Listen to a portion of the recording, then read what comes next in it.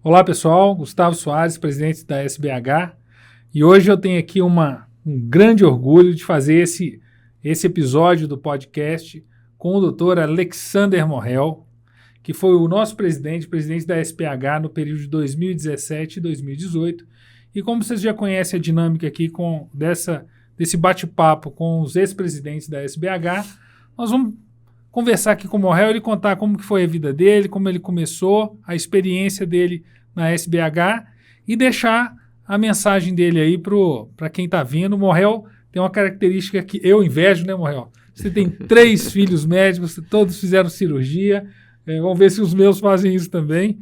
E aí, Morrell, como é que foi a medicina? Como é que entrou a medicina na sua vida e como é que você começou? Bom, antes de mais nada, é um orgulho para mim poder estar aqui com você. Agradeço imensamente o seu convite, o convite da SBH. É uma sociedade que ficou no meu coração no período que eu fui presidente da sociedade. O que eu posso dizer é que, assim, eu acho que eu sempre fui um cara abençoado, né, dentro das minhas decisões e das minhas escolhas. Eu comecei... primeiro, eu não tenho ninguém na minha família médico. Eu fui o primeiro médico da família. Mas Você é daqui de São Paulo? Eu sou daqui de São Paulo, sou natural de São Paulo, paulistano. E minha mãe sempre falou para mim que eu, desde pequenininho, falava que eu ia ser meco. Eu ia ser meco, ia ser meco. E hoje, eu acho que até é uma concepção que eu tenho, eu acho que o verdadeiro médico, eu acho que ele nasce médico.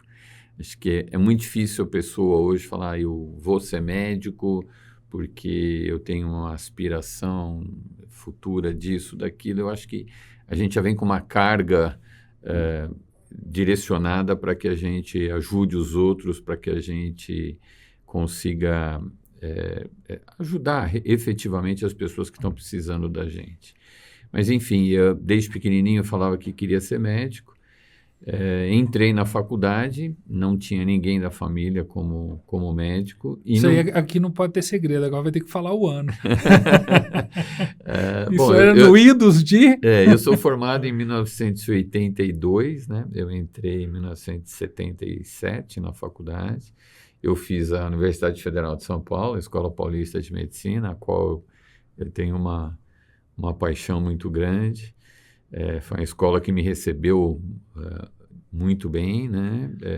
Na época de juventude da gente, a gente viveu momentos maravilhosos lá, momentos muito intensos. E aí, dentro da faculdade, a gente acaba direcionando, parece que você vai gostando mais de uma coisa, mais de outra. Alguma coisa especial te marcou durante isso, para você pensar em cirurgia? Então, o primeiro contato que eu tive com cirurgia foi na cirurgia experimental, né? Quando a gente ia operar porquinho, ia operar cachorro. Naquela época era cachorro, não era nem porquinho. Acho que nem pode mais, né? Nem pode, hoje nem pode mais. E naquela época, os primeiros passos que a gente ia ter aquelas aulas, como montar a mesa, dar um pontinho, aprender a dar nó. E aquilo foi me chamando a atenção. Eu tive a sorte de conhecer um professor na época, que era professor lá da técnica cirúrgica, que foi um cara que me abriu as portas e falou, olha, eu estou vendo que você é um cara interessado, toda aula você está aqui, você quer ficar até mais tarde, etc. Se você quiser vir assistir alguma cirurgia minha, você tem... Está convidado. Está convidado. E aí foi quando eu comecei a assistir algumas cirurgias dele e eu percebi que era aquilo mesmo que eu gostava, né? Depois, na época que a gente acaba tendo que optar por qual residência você vai prestar, eu dei uma balançada, assim, porque tinha cirurgia cardíaca, eu gostava de cirurgia cardíaca. Nessa época, qual que era o nome da cirurgia cardíaca aqui em São Paulo? Era cirurgia torácica, mas que era dividida. Não, mas o cirurgião, era a época do Zerbini? Era a época do Zerbini, era a época do Enio Búfalo, era uma época que tinham grandes cirurgiões cardíacos aqui, o Jatene, né? E eu gostei também de cirurgia plástica. Eu estava meio assim, putz, será que eu faço plástica? Será que eu faço cardíaca? Mas as portas que se abriram para mim, por conta desse professor de técnica cirúrgica, foram as portas de cirurgia do aparelho digestivo, né? E eu, na época, comecei a gostar da especialidade e resolvi prestar residência para cirurgia do aparelho digestivo, até porque naquela época era muito difícil você seguir como cirurgião cardíaco, era uma especialidade que você ia ficar muitos anos como auxiliar de um cirurgião chefe da equipe. Você pegou aquela época que o processo da carreira era extremamente longo, né? Longo. A maioria dos serviços era assim. Era muito difícil. Você ia ser um auxiliar durante 20, 30 anos, porque os grandes expoentes da cirurgia cardíaca eram os cirurgiões que iam ter ainda 20, 30 anos. E você não ia conseguir ter o seu consultório particular e, de repente, abrir um consultório e falar, eu sou cirurgião cardíaco. Era muito difícil as pessoas virem te procurar. Então, isso foi uma das coisas que pesou. E cirurgia plástica era uma coisa que também demandava um investimento que eu, na época, não tinha condições de fazer. Então, eu achei que a carreira que se apresentava para mim naquele momento, a oportunidade, era a cirurgia digestiva. E você fez residência onde? Eu fiz residência no Hospital do Servidor do Estado, porque naquela época a escola passava por uma série de períodos de greves, né? O Hospital São Paulo teve um período em que se tinha uma falta de material, falta de verba, muita greve. Isso aí década de 80. Década de 80. Pô, foi uma década difícil, né? Difícil. E aí eu entrei na escola, na residência da escola, e entrei na residência do Hospital do Servidor Público do Estado, que era uma residência muito respeitada, o volume cirúrgico era muito grande, os residentes operavam bastante. Pra você ter uma ideia, naquela época eram assistentes no Hospital do Servidor Público do Estado a professora Angelita Gama, o professor Fábio Goff, eram cirurgiões expoentes que tinham também presença dentro do Hospital do Servidor Público do Estado, além da Universidade de São Paulo. Perfeito. E aí eu acabei optando em fazer a residência no Hospital do Servidor Público do Estado, fiz 4 anos de residência lá, e 2 de cirurgia geral, 2 de cirurgia digestiva com coloproctologia. E aí saí para a vida naquela época e voltei para a escola para fazer pós-graduação, porque eu ainda tinha intenções de voltar para a escola. Vida acadêmica. Vida acadêmica. Sempre gostei de ensinar, sempre gostei de ter contato com os alunos. Na época de monitoria, eu era monitor, enfim. E aí eu falei, não, eu vou voltar para a escola. Esse colega que me abriu as portas, que era o Dr. Alberto Faria, ele era professor da técnica cirúrgica e existia a pós-graduação da técnica cirúrgica para mestrado e doutorado. E aí ele falou, não, vai lá, você vai fazer pós-graduação, vai fazer teu mestrado primeiro, depois doutorado. E quem sabe abre uma oportunidade na escola para você ser docente e você volta para a docência. Né? E aí eu voltei, fiz o meu mestrado na escola, fiquei na técnica cirúrgica da escola, e aí vem uma nova avalanche, uma nova revolução, que foi a década em 90 para 91, com o aparecimento da laparoscopia. Virou o mercado de cabeça para baixo. Foi uma revolução, assim como a gente está vivendo hoje, com a robótica. A revolução da robótica. A gente viveu naquela época, você imagina, gente, cirurgião novo, querendo operar, tinha pouco paciente, porque clínica privada você não tem ainda, um cara recém-formado. Eu era assistente desse colega que me chamou para ser assistente dele, mas ele era um cirurgião de cirurgia convencional.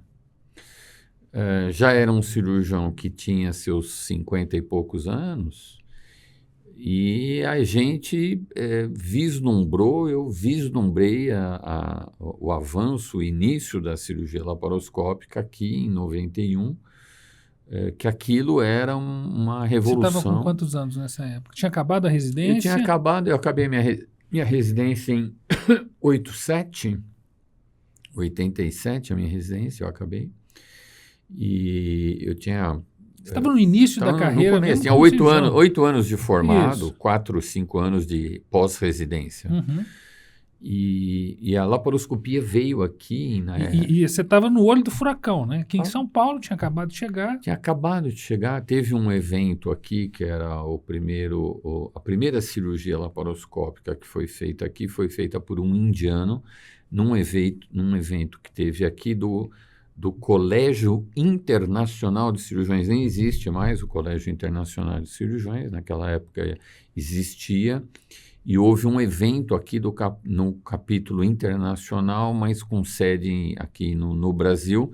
Uhum. Teve um evento, na época o Polara era Wilson Polara era o responsável aqui, teve esse evento e ele trouxe um indiano.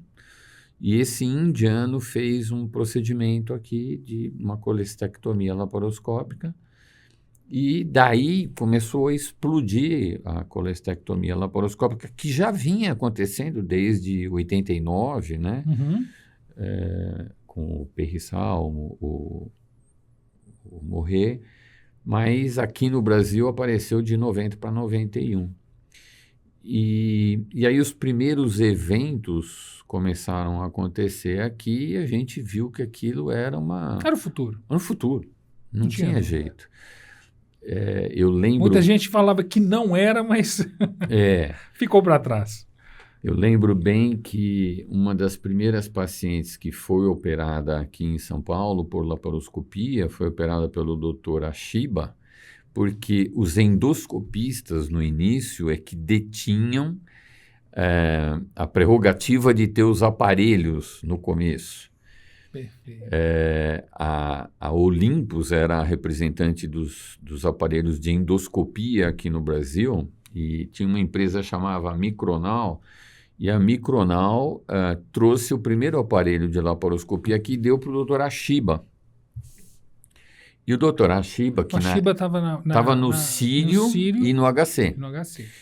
E o Ashiba, a gente tinha muito contato com ele, e ele começou a fazer os primeiros casos. Eu lembro bem que eu tinha uma paciente que era uma colestectomia para operar, e nós operamos ela num dia à noite, no Hospital Santa Rita, que foi um dos pioneiros aqui em laparoscopia aqui em São Paulo.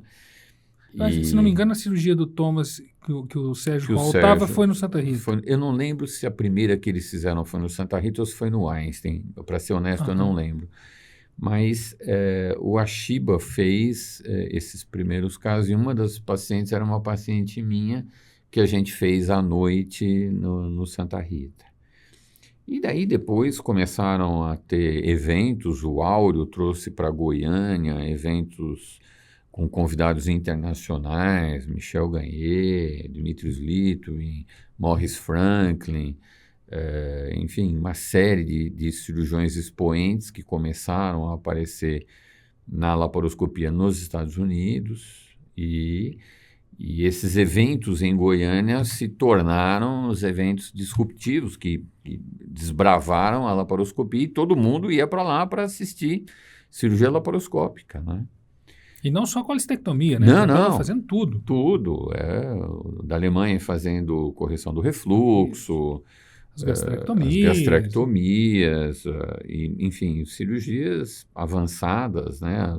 Eu lembro, num dos eventos, teve uma esofagectomia, que o Áureo entrou junto com um colega que era do HC, me fugiu o nome agora, daqui a pouco eu lembro.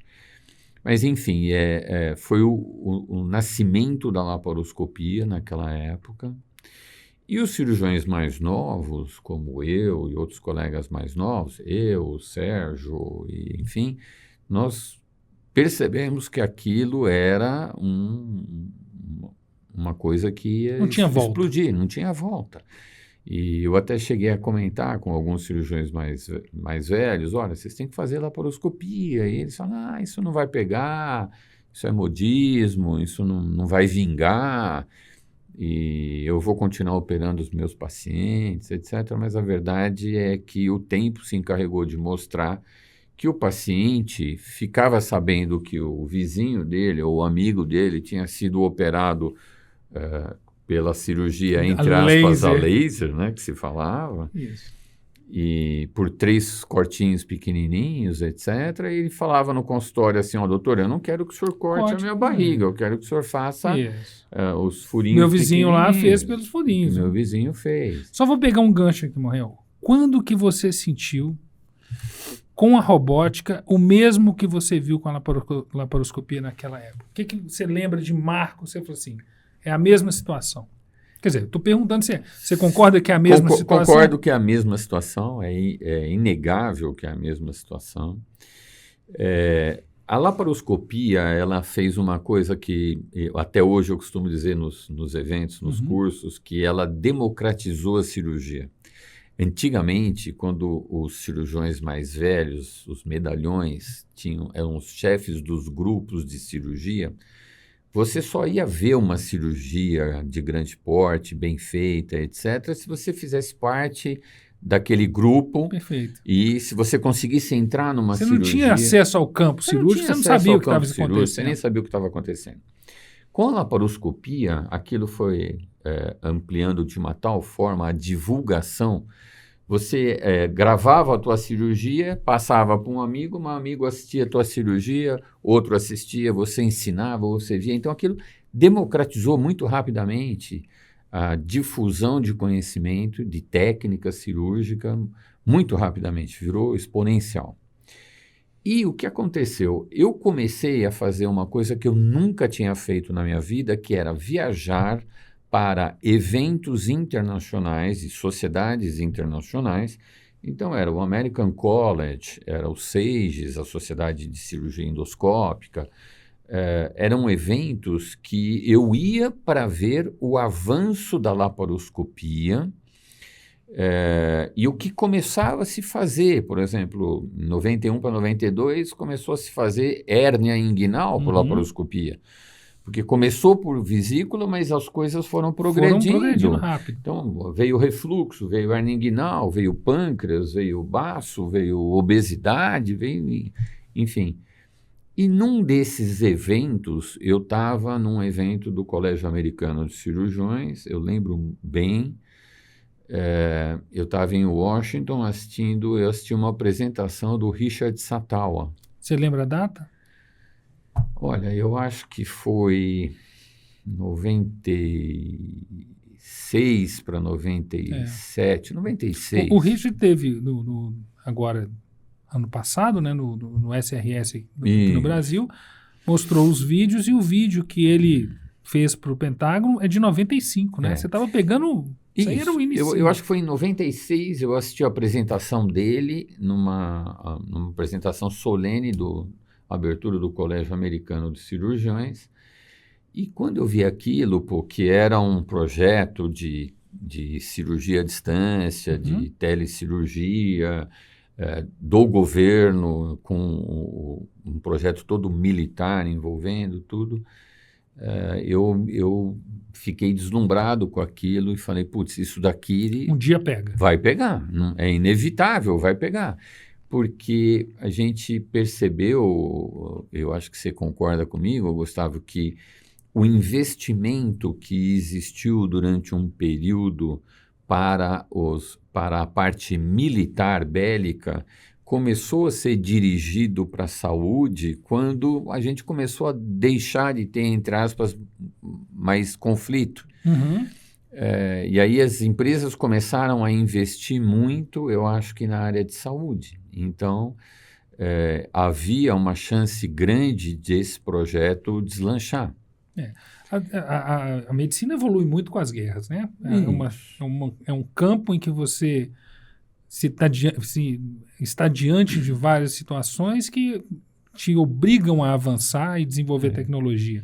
Essa do Satal aí que você está comentando, foi muito interessante ver isso no Rio. As datas, igual você está falando, que foi em 95, o primeiro vídeo, e logo em seguida já apresentando no colégio americano que você viu, a ideia. E a ideia que para você fez sentido.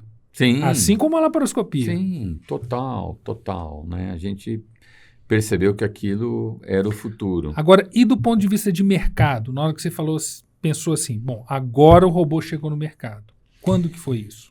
Então, em 98, aqui em São Paulo, 2 hospitais, na verdade 3 hospitais, começaram a se movimentar com o intuito de trazer o robô para cá. Do ponto de vista mercadológico, talvez eles nem acreditassem num início de que aquilo fosse pegar do jeito que pegou, ou que fosse se desenvolver do jeito que se desenvolveu. Mas do ponto de vista mercadológico, havia uma briga para ver quem seria o primeiro protagonista aqui em São Paulo, aí. o protagonista disso aqui em São Paulo. E 2 principais hospitais começaram a pensar na possibilidade de colocar um robô. Foi quando existiu a possibilidade de eu ir fazer um treinamento fora. Daí eu fui para os Estados Unidos, para Orlando, para o Celebration, para o Nicholson Center, e fui fazer o meu treinamento em cirurgia robótica. Eu fiz em 2009 esse treinamento. E fiz porque eu... Mas, só para eu entender, esse movimento que começou aqui entre esses 2 hospitais foi em 98 ou 2008? Não, 2008. Perdão, perfeito. eu falei 98. Não, então me equivoquei. 2008, 2009. Perfeito, perdão. ok. Acho que eu estava com o Richard Satal lá na laparoscopia. E, então, em 2008 é que houve esse movimento, e em 2009 chegou o primeiro robô. E eu fui para lá para fazer esse treinamento, assim como outros cirurgiões foram também, porque eu acreditava que aquilo era não uma nova laparoscopia, mas era uma laparoscopia melhorada. Sim. É inevitável, né? Eu já vi uma analogia, não sei se você concorda com ela, que eu achei muito interessante explicando isso. Quando você passou para a laparoscopia, você colocou uma imagem entre o cirurgião e a cirurgia. Quando você foi para o robô, você colocou a digitalização entre o cirurgião e a cirurgia. Então, colocar essas ferramentas tecnológicas nessa interface é que te permite fazer coisas diferentes, né? O que eu acho, assim, no começo, a laparoscopia, muitos cirurgiões tiveram dificuldades, e isso eu acho que é muito individual, porque eles achavam assim, eu perdi o contato da minha mão com o paciente, eu tenho um instrumento, mas ele é longo, ele é rígido, eu não tenho percepção tátil, e alguns cirurgiões achavam que aquilo era uma dificuldade a ser vencida. Ok. E o que eu acho é que o robô fez foi diminuir essas dificuldades que alguns colegas achavam que a laparoscopia trazia, e em troca de uma menor agressão de parede abdominal, em troca de uma cirurgia menos agressiva, mais delicada, etc., a gente estava perdendo algumas coisas que eu acho que o robô fez isso diluir. Eu acho que a gente melhorou muito. Esse retorno visual que você tem na cirurgia do robô, que é muito superior ao retorno que você tem em 2D. Então, assim, o retorno, a gente vê o fio, você acha que o fio vai arrebentar, você não precisa sentir se está esticando muito ou não com força, mas você vê visualmente, você sabe que ele está no limite. Eu acho que houve um avanço de sensibilidade, embora você ainda... hoje não, porque está mudando. O DV5, por exemplo, hoje tem um retorno áptico. Mas aquilo que se imagina que você não tenha, eu acho que não é verdade. Você tem, e de uma forma mais sensível, a sua mão se tornou muito mais sensível do que na laparoscopia. ao contrário do que se pensa, que você tem mais sensibilidade na laparoscopia. Eu acho que o movimento, a destreza do movimento, a delicadeza do movimento do robô, ela faz com que você tenha uma percepção melhor usando o robô do que a laparoscopia. A visão 3D, né? Vários ganhos em todos os aspectos. Vários ganhos, né? Então foi em 2009 que você se convenceu, 2008? 2008, quando eu percebi que, assim como a laparoscopia chegou também em não tinha volta. Não tinha volta, eu percebi que o robô também não tinha volta. E eu achei que eu tinha que ir atrás, me qualificar, nem só certificar, mas qualificar para poder atuar, porque eu achei que aquilo era inevitável. E nesse período aí, de 2009 em diante, o volume de robótica foi aumentando progressivamente ou teve um momento que você percebeu que o aumento foi exponencial, quase que abandonando a laparoscopia? Hoje você faz só robô? Não, eu faço laparoscopia também, não faço só robô, mas se eu puder definir, sempre vai ser robô. Eu vou preferir fazer sempre robô, porque eu acho que eu ofereço uma cirurgia Perfeito. melhor ao paciente. Concordo totalmente. Mas óbvio, a gente ainda tem restrições aqui no Brasil, do ponto de vista de custo, não é todo paciente que você consegue. Eu acho que houve um aumento exponencial nos últimos 3 anos, 3, 4 anos, houve realmente um aumento exponencial. Porque aumentou o número de plataformas, aumentou a divulgação, os pacientes começaram a ter acesso a essa informação de que a cirurgia robótica é melhor.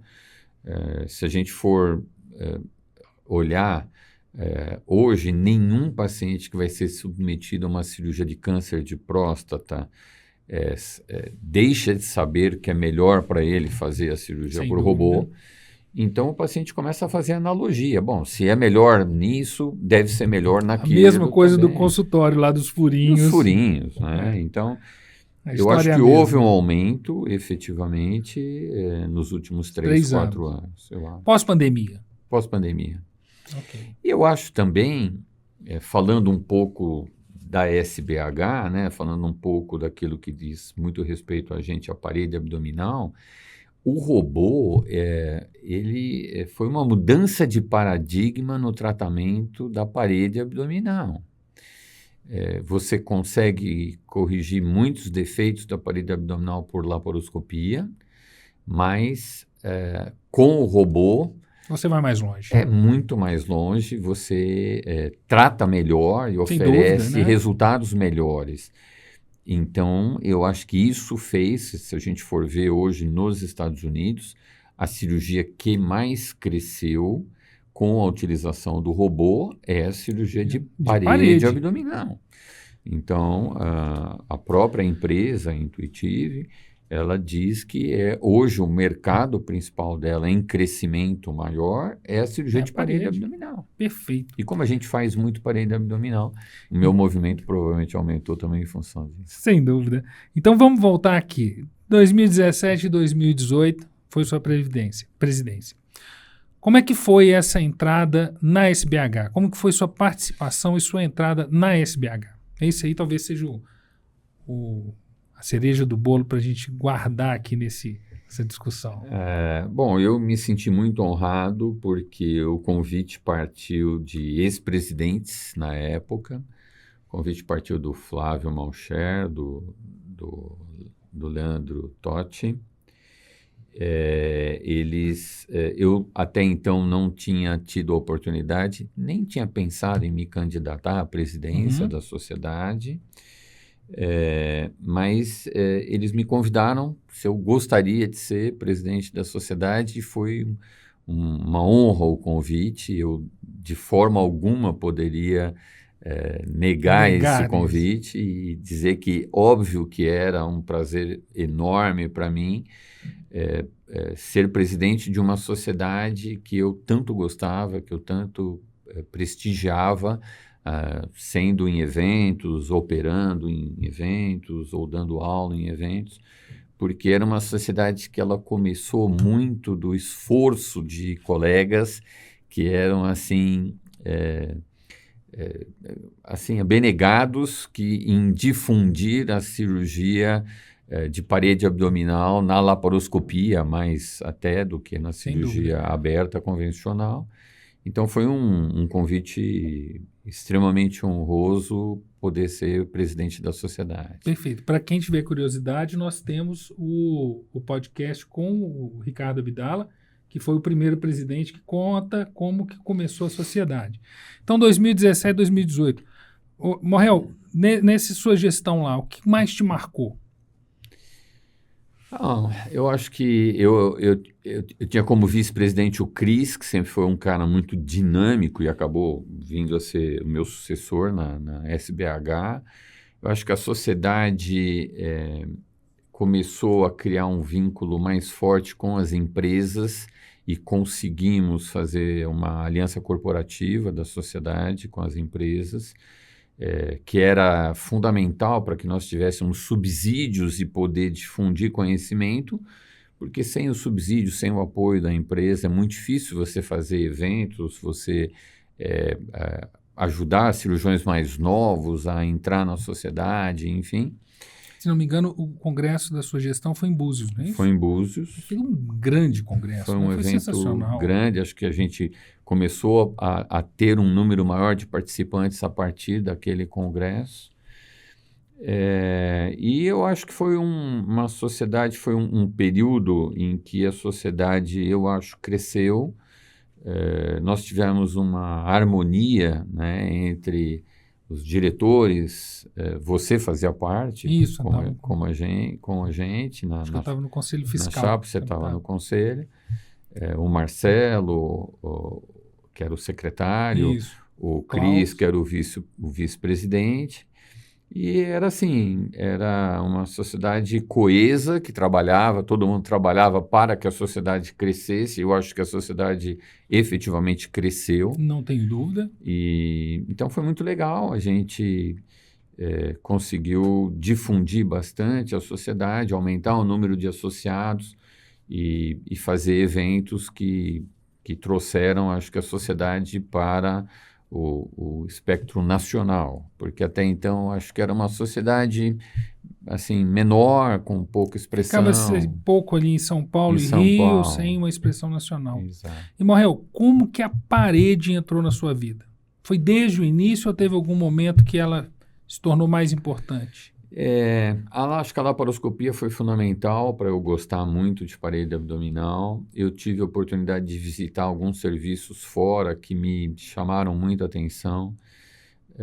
Eu fui para Memphis visitar o serviço do Guy Wöhler na época, que fazia cirurgia de hérnia por via extraperitoneal. Eu visitei o serviço do McKiernan. Enfim, eu visitei alguns serviços que me chamaram a atenção para a parede abdominal. Perfeito. E por desafio técnico, por aquele começo da laparoscopia, a gente não queria fazer só colestectomia, então a gente começou a fazer parede. E eu gostei tanto de parede que acabei... Agora, uma opinião sincera. Colocar o Morrel contra a parede. O que é mais difícil? Uma bariátrica por vídeo ou uma ventral complexa por vídeo? Não há a menor chance de dizer o contrário. A cirurgia de parede abdominal é uma cirurgia que requer um conhecimento muito grande de anatomia, requer que o cirurgião seja um cirurgião delicado, extremamente técnico, para ele não lesar a parede abdominal. É uma cirurgia muito trabalhosa. Tá vindo aqui algumas cirurgias suas lá no IRCAD. Nossa, sim, cada cirurgia. E é muito mais difícil você fazer uma cirurgia de parede abdominal do que você fazer uma cirurgia bariátrica. Eu sou um cirurgião bariátrico também, vocês sabem. Eu tô perguntando por causa disso. Mas você tem grande experiência nas duas. Mas é muito mais complexo fazer uma cirurgia de parede abdominal. Perfeito. Morrel, nós estamos por tempo aí caminhando para o fim. Eu queria que você falasse para os jovens aí, o que você vislumbra de futuro para a cirurgia? Não só no Brasil, mas como o futuro que se avizinha aí para a gente. Qual que é a sua mensagem que você daria para os novos aí? Eu sei que você é muito pé no chão, isso é bom. Eu acho que a gente sempre fica imaginando que as coisas vão ser muito difíceis para a gente. Mas isso tem muito a ver com a pessoa sair da sua zona de conforto. Eu acho que hoje os jovens eles são privilegiadíssimos com aquilo que eles têm de informação e de tecnologia.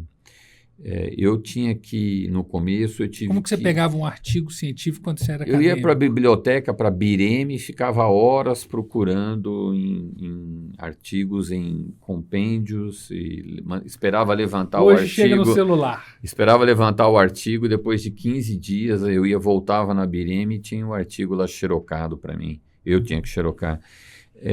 Hoje, você entra no celular e você assiste uma cirurgia, quiçá ao vivo, que está acontecendo naquele momento, e você pode ter interatividade com o cirurgião que está fazendo aquela cirurgia. É um mundo diferente. Então, só não aprende mesmo quem não quiser sair da sua zona de conforto. O futuro, eu acho que ele é brilhante, nós temos recursos tecnológicos cada vez melhores, as indústrias estão investindo muito, inteligência artificial, tudo que você pode imaginar de maior complexidade tecnológica vem sendo aplicado à medicina e à cirurgia. Sobreposição de imagem, você vai operar um tumor, você pode sobrepor a imagem do seu exame no campo cirúrgico que você vai operar. A gente tem uma série de alarmes para que você não cometa um erro numa cirurgia, enfim. Eu acho que invistam, estudem, é necessário estudar, tem que sair da zona de conforto, tem que estudar, mas quem gosta efetivamente de cirurgia, o futuro vai ser fantástico. Eu adoraria... Ótimo te ver otimista. Adoraria ter 20 a 30 anos menos para poder estar participando nos próximos 20 a 30 anos, porque eu acho que vai ser fantástico. Perfeito. Eu sempre gostei muito de operar. Estou ficando velho, mas eu acho que experiente. Mas eu acho que o robô vai prolongar ainda a minha vida cirúrgica mais alguns anos, se Deus quiser. Com certeza, Morrel. E agora, para a gente fechar, você que conhece tantos serviços fora, como que você considera a posição que o Brasil ocupa no mundo da hérnia em termos de cirurgia? Nós estamos numa posição de vanguarda? Somos bons em parede no Brasil? O cirurgião brasileiro é um cirurgião extremamente hábil, extremamente técnico. Eu não preciso dizer nada. Nós temos o atual presidente da Sociedade Americana de Cirurgia, é um brasileiro, que é o Flávio de hérnia, é isso? De hérnia, perdão. É o Flávio Malcher, que é um cirurgião brasileiro que foi para os Estados Unidos e hoje é ultravalorizado.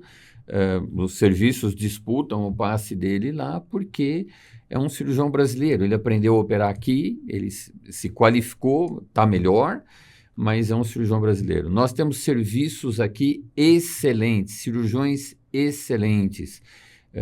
Qualquer residente ou qualquer cirurgião que queira visitar serviços brasileiros vai ser muito bem informado e vai ter informações qualificadas. A própria sociedade hoje tem programas de auxílio ao residente para visitar serviços, que é um avanço incrível.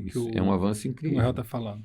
Então, eu acho que a gente dispõe de serviços fantásticos aqui no Brasil. E você pegou essa curva onde antes o atraso tecnológico e de capacitação no Brasil era maior e hoje nós alcançamos um padrão internacional. Hoje eu não vejo nenhuma diferença de serviços brasileiros qualificados, perfeito, óbvio. Sim. Referência, existem serviços que são referência e serviços norte-americanos. Na minha época, eu fui para fora ver porque nós não tínhamos aqui. Nós fomos os pioneiros na laparoscopia, a gente tinha que ver o que estava sendo feito fora porque a gente ainda não fazia aqui. Mas hoje aqui a gente tem serviços fantásticos, em nada deixam a desejar em relação aos serviços internacionais. Perfeito. Morrel, como sempre, a gente poderia ficar aqui a tarde inteira conversando com você passando essa experiência. Eu queria te entregar, isso é em nome da Sociedade Brasileira de Hérnia, é uma placa em reconhecimento ao seu trabalho junto à sociedade. Então, vou pedir só para você mostrar aqui para a câmera. Morrel. Extremamente honrado, extremamente mais uma honrado. lembrança da sua gestão, que foi 2017 2018, uma lembrança da sociedade. Com certeza você merece, você faz parte dessa história da SBH, consolidou a SBH como uma sociedade realmente importante, não só no Brasil como no mundo. Nós só temos que te agradecer por tudo que você fez, não só pela sociedade, mas pela medicina brasileira e pelos seus pacientes. Muito honrado, Gustavo, agradeço imensamente.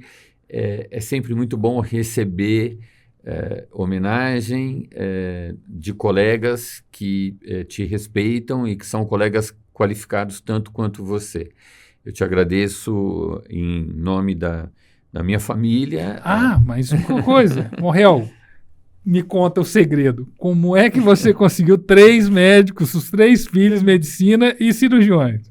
Eu sou um abençoado, realmente. Eu tenho o prazer de ter 3 filhos cirurgiões. Gente, é tudo com A, tá? É A Morrel. Então... São 3 joias que eu tenho e que, graças a Deus, seguem o meu caminho. Hoje trabalham junto comigo, estão ajudando muita gente a melhorar a sua vida, ajudando os pacientes, enfim. Eu sou muito agradecido a Deus pela oportunidade de ter eles trabalhando comigo hoje. E agradeço minha inveja é branca, eu quero ter igual. E agradeço aos amigos por essa homenagem e eu tenho no coração a SBH e a todos os amigos que fizeram parte da minha gestão e você fez parte da minha gestão. Foi um prazer.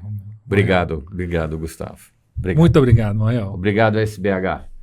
Então, gente, ficamos com mais esse episódio aqui e vamos...